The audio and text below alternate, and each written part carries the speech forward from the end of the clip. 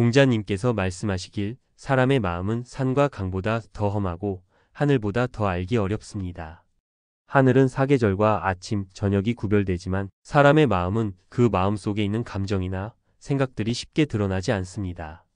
사람은 겉으로는 온화하고 너그러운 듯 보일 수 있지만 속마음은 잘 드러나지 않죠. 어떤 사람은 겉으로는 성실해 보이지만 속은 불성실할 수 있고 또 다른 사람은 겉으로는 어른스러워 보이지만 속은 미성숙한 사람도 있습니다. 또 겉으로는 원만한 성격을 가진 듯 보이지만 속은 고집이 세고 강직한 사람도 있으며 겉으로는 건실한 사람처럼 보이지만 속은 나태하고 게으를 수도 있습니다. 겉으로는 느긋한 사람 같지만 속은 매우 조급한 사람도 있을 수 있죠.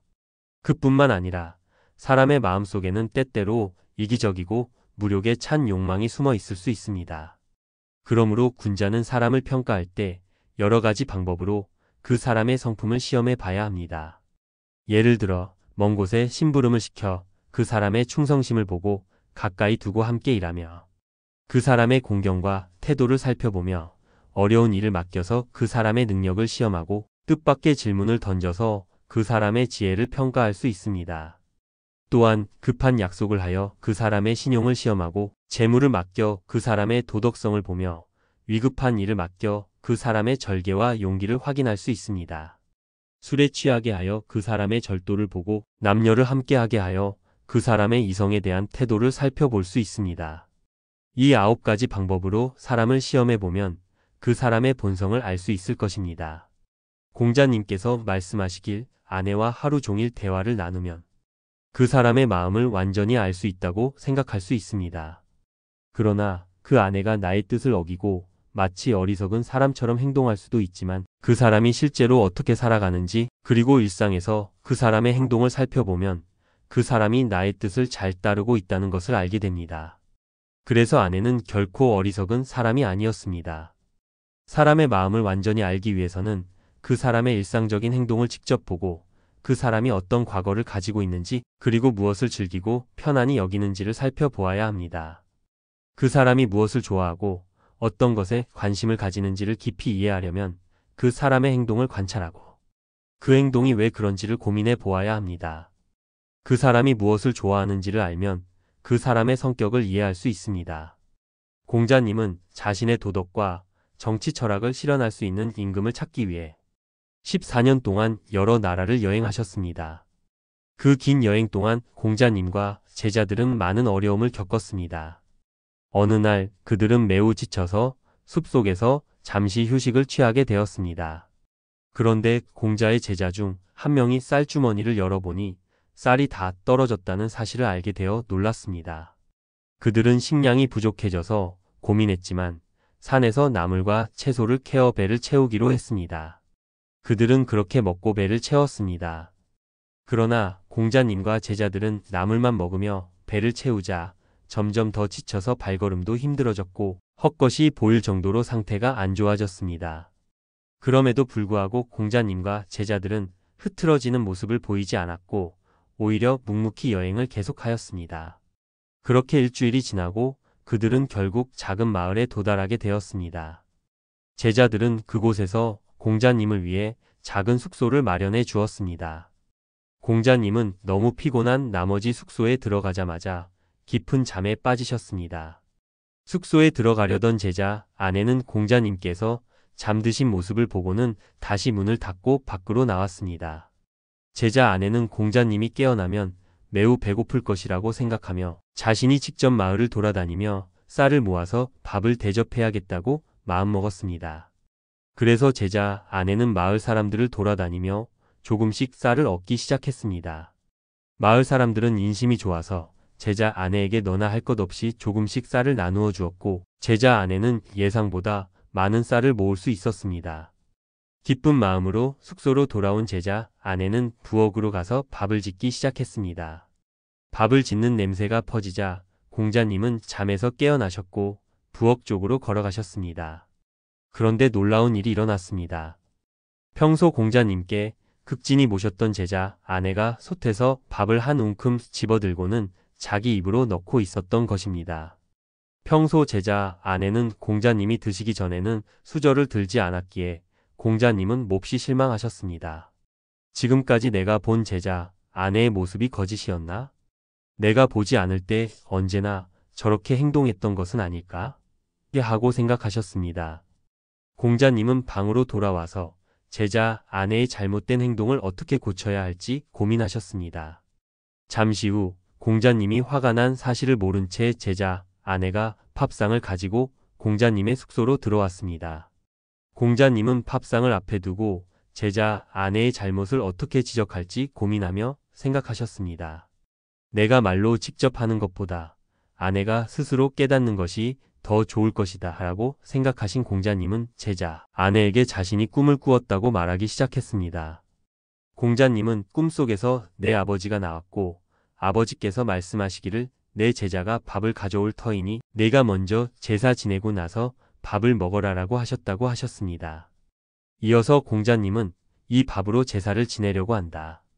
제사 음식으로 쓸 밥은 깨끗해야 하는 것을 잘 알기 때문에 내가 아는 대로 아내가 스스로 반성하는 것이 좋겠다라고 덧붙이셨습니다. 제자 아내는 이 밥은 깨끗하지 않아서 절대로 제사를 지낼 수 없다라고 대답했습니다. 사실 밥을 잘 지은 후 솥뚜껑을 열었을 때 천장에서 흙먼지가 떨어지는 것을 본 제자, 아내는 그 흙먼지가 묻은 밥을 공자님께 드릴 수 없다고 생각했습니다. 그러나 쌀을 얻는 것이 매우 힘들었고 아까워서 밥을 버릴 수는 없어서 결국 자신이 먹게 되었다고 고백했습니다. 공자님은 제자 아내의 말을 듣고 자신을 의심하며 자책하셨습니다. 공자님은 곧 모든 제자들을 자신의 방으로 불렀습니다. 그때 공자님은 예전에 자신이 자신의 두 눈을 믿었지만 그 두 눈이 완전히 믿을 수 있는 것이 아니었다는 것을 깨달았다고 하셨습니다. 또 자신이 가진 머리도 믿었지만 역시 그것만으로는 완전히 믿을 수 없는 것이라는 것을 깨달았다고 말씀하셨습니다. 공자님은 자신의 판단력에 지나치게 믿음을 두고 있었기에 평상시에는 아내를 믿었지만 작은 오해 하나로 그 신뢰를 쉽게 무너뜨리려고 했다고 고백하셨습니다. 공자님은 자신이 섣불리 오해했던 것을 부끄럽게 생각하며 한 사람을 진심으로 믿는다는 것은 정말 어려운 일이니 잘 기억해 두라라고 제자들에게 가르치셨습니다. 이처럼 당대 최고의 사상가였던 공자님도 후회했던 일이 있었습니다. 공자님과 같은 성인도 가장 아끼고 신뢰했던 제자의 행동을 쉽게 오해할 수 있었다는 사실을 깨닫게 되었습니다. 그렇다면 보통 사람이라면 어떨까요? 우리가 직접 눈으로 보고 겪은 일조차도 그 사실과 진실이 무엇인지 다시 생각해보고 여러 번 고민해봐야 한다는 중요한 깨달음을 주는 이야기였습니다. 앞서 말씀드린 것처럼 군자는 사람을 쓸 때 여러 가지 방법으로 그 사람의 성품을 시험한다고 했습니다. 먼 곳에 심부름을 시켜 그 사람의 충성을 보고 가까이 두고 써서 그 사람의 공경스러움을 보며 어려운 일을 시켜 그 사람의 재능을 확인하고 뜻밖의 질문을 던져 그 사람의 지혜를 알게 되며 급한 약속을 하여 그 사람의 신용을 시험합니다. 또한 재물을 맡겨 그 사람의 어짐을 보고 위급한 일을 알리어 그 사람의 절개를 확인하며 술에 취하게 하여 그 사람의 절도를 보며 남녀를 섞여 있게 하여 그 사람의 이성에 대한 자세를 살펴봅니다. 이 9가지를 모두 시험해보면 그 사람의 속마음을 진정으로 알 수 있다고 말씀하셨습니다. 또한 공자님은 자기 자신을 잘 다스리고 남을 공경하는 태도를 지니며 남을 배려하는 마음을 가져야 한다고 가르치셨습니다. 즉 상대방의 입장에서 생각하고 상대방의 마음을 헤아리는 것이 인간관계의 시작이라는 뜻으로 배려를 통해 인간관계를 중시하셨습니다.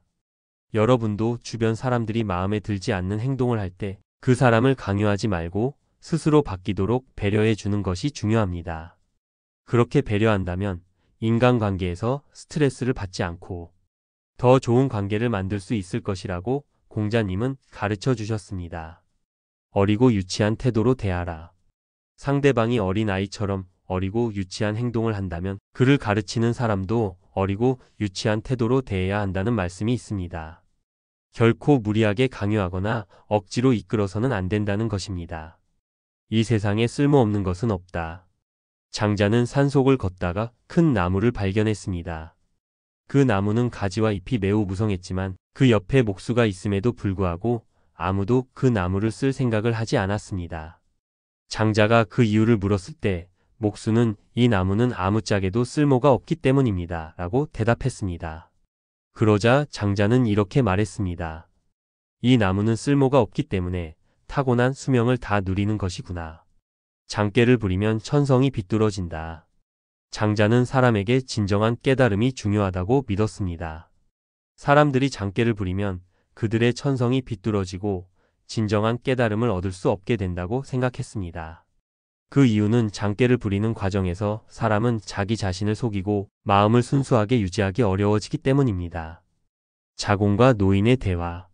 자공이 길을 가다가 한 노인이 반일을 하며 밭에 물을 주고 있는 모습을 보았습니다.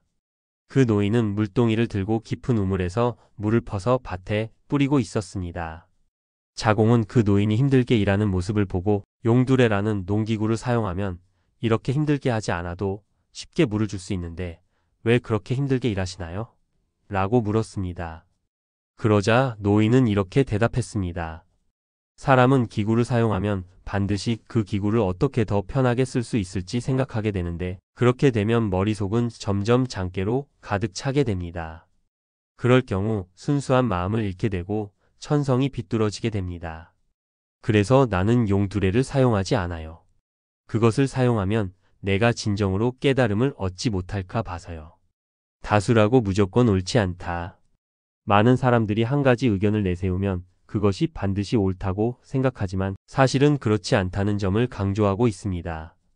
예를 들어 많은 사람들이 다수의 의견에 따르면서도 자신은 그들과 한편이 아니라고 말하는 사람을 보면 그것이 바로 어리석음의 극치라고 할 수 있습니다.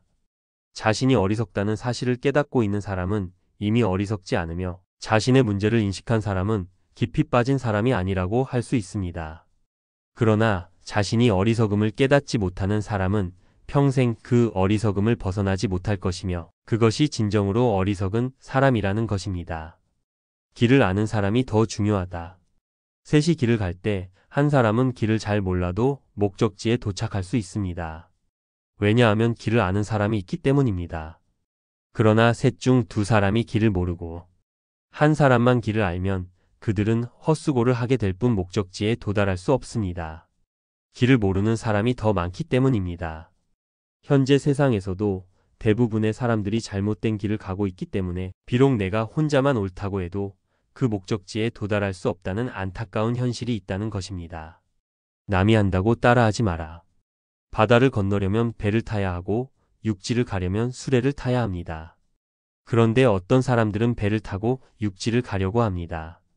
그런 사람들은 평생 동안 한 치의 거리도 갈 수 없다는 것은 당연한 이치입니다. 세상에는 각자의 길과 방법이 있기 때문에 그것을 무시하고 다른 방법을 고집하는 것은 결국 불가능한 일임을 뜻합니다.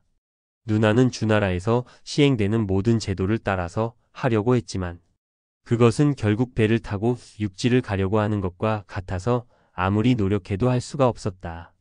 어떤 사람은 다른 나라의 법과 제도를 그대로 따라하려고 시도하지만 그 방식이 본래의 상황과 맞지 않으면 결국 실패하게 됩니다. 이는 마치 바다를 건너려면 배를 타야 하는데 육지를 가려고 배를 타는 것과 같은 오류입니다. 나라마다 예의나 법도 제도가 다른 법이다. 그것은 마치 배와 귤의 맛이 다른 것처럼 사람에 따라 입맛이 다르고 예의나 법도는 상황에 따라 변하는 것이다. 각 나라마다 그 나라에 맞는 예의와 법도, 제도가 있습니다. 이는 마치 배와 귤의 맛이 다르듯이 사람에 따라 다르고 상황에 맞게 변할 수 있다는 뜻입니다. 원숭이에게 사람 옷을 입혀준다고 원숭이가 사람 같아 보이겠는가? 모든 것은 상황에 맞게 행동해야 한다. 만약 원숭이에게 사람 옷을 입힌다고 해서 그 원숭이가 사람처럼 보일 리 없습니다. 마찬가지로 모든 행동은 그 상황에 맞게 해야 한다는 교훈을 주고 있습니다. 너는 들어보지 못했느냐? 옛날 바닷새가 노나라 수도 밖에 날아와 앉았다. 옛날 이야기 중 바닷새가 노나라 수도 밖에 날아와 앉았을 때의 일화가 있습니다. 당시 노나라 임금은 그 새를 보고 술을 권하고 아름다운 궁궐에서 음악을 연주하며 소와 돼지, 양을 잡아 대접했으나 그 새는 그 어떤 것도 먹지 않고 결국 사흘 만에 죽고 말았습니다. 이것은 사람을 기르는 방법으로 새를 기른 것이지 새를 기르는 방법으로 새를 기르지 않은 것이다. 이것은 마치 사람을 기르는 방법으로 새를 기른 것과 같다는 비유입니다. 새는 사람과는 다르게 다루어야 하므로 그 방법을 잘못 적용한 것입니다. 편파적이면 오류를 범하기 쉽다. 편파적인 생각을 하면 오류를 범하기 쉽다는 뜻입니다. 항상 공정하게 생각하고 행동해야 합니다. 장자가 죽으려고 할 때 제자들은 그에게 후한 장례식을 치러주려고 하였다. 장자가 죽을 때 제자들은 그에게 대단히 후한 장례식을 해주려고 했습니다. 그러나 장자는 이렇게 말했습니다. 나는 하늘과 땅을 걸어다니며 안으로 생각하고 해와 달을 한 쌍의 옥으로 삼고 별들을 구슬로 생각하며 만물들을 장례 예물로 생각하고 있다. 나의 장례용품에 어찌 빠진 것이 있겠느냐? 장자는 죽음을 맞이할 때 자신이 하늘과 땅, 모든 만물과 연결되어 있다고 생각했습니다. 그래서 장례식에 필요한 어떤 물건도 없다고 생각한 것입니다. 그는 내 장례식에 무엇을 추가하려 하느냐? 라고 물었습니다. 제자들이 말했다. 선생님, 저희들은 까마귀나 솔개가 선생님을 먹을까 두렵습니다. 장자는 말했다. 땅 위에서는 까마귀와 솔개에게 먹힐 것이고 땅 아래에서는 나는 개미와 땅강아지에게 먹힐 것이다. 까마귀와 솔개의 먹이를 빼앗아 개미와 땅강아지에게 주려고 하니 너희들은 어찌 그렇게 편파적이냐. 장자는 이렇게 대답했습니다. 내가 땅 위에 있다면 까마귀나 솔개에게 먹힐 것이고 땅 아래에 있다면 개미나 땅강아지에게 먹힐 것이다. 그렇다고 내가 그들을 위해 먹이를 빼앗는다면 그건 너희가 편파적으로 행동하는 것 아닌가. 중도에 따라 떳떳하게 살아라. 우리의 삶에는 끝이 있지만 앓은 끝이 없다. 장자는 우리는 중도를 지키며 떳떳하게 살아야 한다. 우리의 인생은 끝이 있지만 진정한 앓매는 끝이 없다. 라고 가르쳤습니다. 끝이 있는 것으로 끝이 없는 것을 쫓으면 위험하다. 그런데도 유한한 존재인 우리가 앓을 갈구한다면 더욱 위험할 것이다. 끝이 있는 것을 쫓으려 하면 결국 위험한 결과를 초래할 수 있습니다. 유한한 존재인 인간이 끝이 없는 지식을 갈구한다면 더욱 큰 위험에 빠질 수 있다는 경고입니다. 선을 위한다면 명성을 가까이 하지 말고 악을 위한다면 형벌을 가까이 하지 마라. 중도에 따라 떳떳하면 이로써 몸을 보존하고 온전히 하며 어버이를 봉양하고 주어진 인생을 다 살게 된다. 선한 길을 가고자 한다면 명성을 쫓지 말고 악한 길을 가고자 한다면 형벌을 피해야 합니다. 중도를 지키며 떳떳하게 살면 결국 몸을 보존하고 어버이를 잘 봉양하며 주어진 인생을 온전히 살게 될 것이라고 말하고 있습니다. 관점의 차이를 극복하라. 생각은 서로 다를 수 있지만 시비를 따질 이유는 없다. 시비는 결국 자신의 지혜가 남보다 뛰어나다고 생각하는 데서 발생한다. 사람들은 각자의 관점에서 생각을 하므로 시비를 따지는 것은 의미가 없다는 교훈입니다. 시비는 결국 자신이 남보다 뛰어난 지혜를 가졌다고 생각하는 데서 발생하는 것입니다. 본래는 똑같은 것을 부분만 따로 떼어내 자기 주장이 옳다고 목숨을 걸고 싸운다. 상대방을 바보라고 손가락질하지만 결국은 하나를 가지고 싸우는 것이다. 사람들은 본래 같은 것을 보고도 부분만을 떼어내어 자기 주장이 옳다고 주장하며 싸웁니다. 결국 그 싸움은 하나의 문제를 가지고 벌이는 바보 같은 짓이라고 설명합니다. 이는 매미나 까치가 높은 하늘을 나는 봉황새를 비웃는 것과 다를 바 없는 바보 같은 짓이다. 매미나 까치가 봉황새를 비웃는 것처럼 자신보다 뛰어난 존재를 비웃는 것은 어리석다는 비유입니다. 자신의 지혜를 남보다 뛰어나다고 생각하지 마라. 자기 지혜가 남보다 뛰어나다고 생각하면 결국 자신만의 좁은 시각에 갇히게 된다는 교훈입니다. 지략가는 관점을 자주 바꾸고 웅변가는 말이 조리 있고 순서가 맞는지 따지고 비평가는 남과의 논쟁을 즐긴다. 하지만 이 모든 것은 직업적 탐욕에서 비롯된 것이다. 지략가라는 사람은 자주 자신의 관점을 바꾸고 웅변가 즉 말을 잘하는 사람은 말을 할 때 논리적인 순서나 흐름을 따지며 비평가는 사람들과 논쟁을 즐깁니다. 그러나 이런 행동들이 모두 어떤 직업적인 욕심에서 비롯된 것이라는 뜻입니다. 사람들이 자신의 이익을 위해 그렇게 행동한다는 것입니다. 관리는 승진이 목표이며 씨름꾼은 상대를 넘어뜨려야 비로소 뽐낼 수 있다. 관리자는 자신의 직급을 올리기 위해 승진을 목표로 하고 씨름꾼은 상대를 넘어뜨려야만 자신이 잘했다고 자랑할 수 있습니다. 즉, 이들은 자신이 속한 분야에서 성공을 이루기 위한 목표를 가지고 살아간다는 말입니다. 용기 있는 사람은 혼란한 시기에 진가가 드러나고 초야에 묻힌 학자는 청렴한 명성을 바라며 인의를 숭상하는 사람은 인간관계를 가장 중요하게 생각한다. 용기 있는 사람은 혼란스러운 시기나 어려운 상황에서 진정한 가치가 드러나고 사회에서 멀리 떨어져 있는 학자는 자신의 정직한 명성을 바라며 인의 인간다움과 예의를 중시하는 사람은 인간관계를 가장 중요하게 생각한다는 뜻입니다. 즉, 사람들은 각각 다른 가치를 추구하며 살아간다는 것입니다. 이것이 바로 세상이다. 이 모든 것은 바로 세상에 대한 설명입니다. 세상에서 사람들이 무엇을 중요하게 여기고 어떤 가치를 추구하는지를 이야기하고 있습니다. 사람들은 자기가 하고 있는 일에 이끌려 살면서 말하고 생각하고 행동할 뿐이다. 사람들은 자신이 하고 있는 일에 따라 생각하고 말하며 행동합니다. 즉, 그들이 어떤 일을 하느냐에 따라 삶의 방향이 결정된다는 뜻입니다. 따라서 자유롭게 도를 터득할 수 있는 기회를 갖지 못한다. 그렇기 때문에 사람들은 진정한 자유와 지혜를 얻을 수 있는 기회를 놓치게 됩니다. 본연의 모습으로 돌아가서 진정한 지혜나 깨달음을 얻을 수 있는 기회를 놓친다는 뜻입니다. 모두 몸과 마음이 욕심에 사로잡히고 매달려서 인간 본연의 본성을 회복하지 못하고 늙어버리니 어찌 안타깝고 애석한 일이 아니겠는가. 사람들은 모두 자신의 욕심에 사로잡혀 살아가며 그런 욕심에 끌려 인간 본연의 본성을 회복하지 못하고 결국 나이가 들어버리게 됩니다. 그리하여 본래의 진정한 자신을 잃어버리게 되는 것이 안타깝고 애석한 일이라는 의미입니다.